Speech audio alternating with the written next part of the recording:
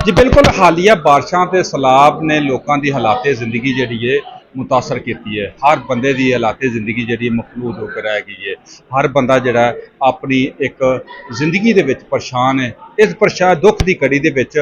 बड़े लोगों ने मुखैर हजरात ने इन्हां मुतासरीन की मदद करने की कोशिश की ताकि लोगों की हालात जिंदगी बेहतर हो सके। अलीपुर चट्ठा दे विच भी दर्द दिल रखने वाले मेयर मियां मोहम्मद शफीक ने भी अपनी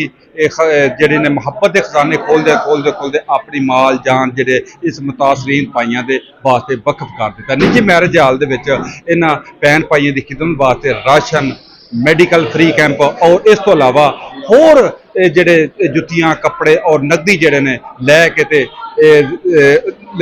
ਉਹਨਾਂ ਭਾਈਆਂ ਦੇ दुख दर्द का मदावा पा रहे हैं। मेरे नाल मियां मेहर मोहम्मद शफीक साहब ने उन्होंने पूछने वो अज इस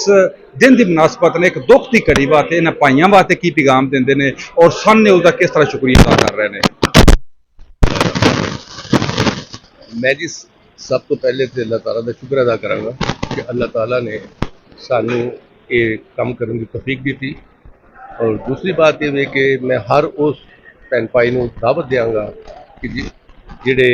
इस जगह पर पहुँच सकते हैं वो पहुँचन, जो कर सकते हैं इसलिए साढ़े भैन भाइयों को जरूरत है इस चीज़ की कि साड़ी मदद की, साड़ी हैल्प की और उनके नाल खड़े हो जाइए। असी अज वजीराबाद दे विच संगम मैरिज हाल शीश महल के अंदर कुछ मुतासरीन वास्ते आए हैं और उन्होंने असी मुकम्मल तौर पर जो साढ़े कोल हो सकता है असी उन्होंने वास्ते कर रहे हैं। और मेरी तमाम दोस्तां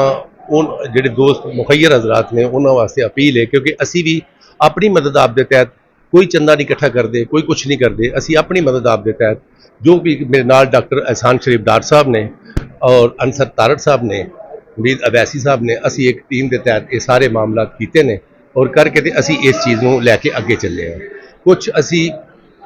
दूसरे साइड पर भी गए हैं सैलाब मुतासरीन वास्ते अलाउदी के प्लस दूसरी जगह पर, और अज असी शीश महल मैरिज हाल वजीराबाद के पहुँच के कोशिश पे करने कि मुतासरीन की हैल्प हो सके। और मैं तमाम मुखैर हजरात अपील करांगा कि सारे दोस्त अपनी मदद आप दे तहत जिथे भी तुहानू कोई मुतासरी मिले उन्होंने जरूर कुछ ना कुछ उसकी हैल्प करें। और मैं सन न्यूज़ का बहुत शुक्रगुजार हाँ कि उन्होंने बड़ा इसके अंदर बहुत ज़्यादा मतलब नवीद अवैसी साहब बहुत ज़्यादा काम कर रहे हैं और अल्लाह ताला उन्होंने अजर देगा। आखना सी कि इस साढ़े सारे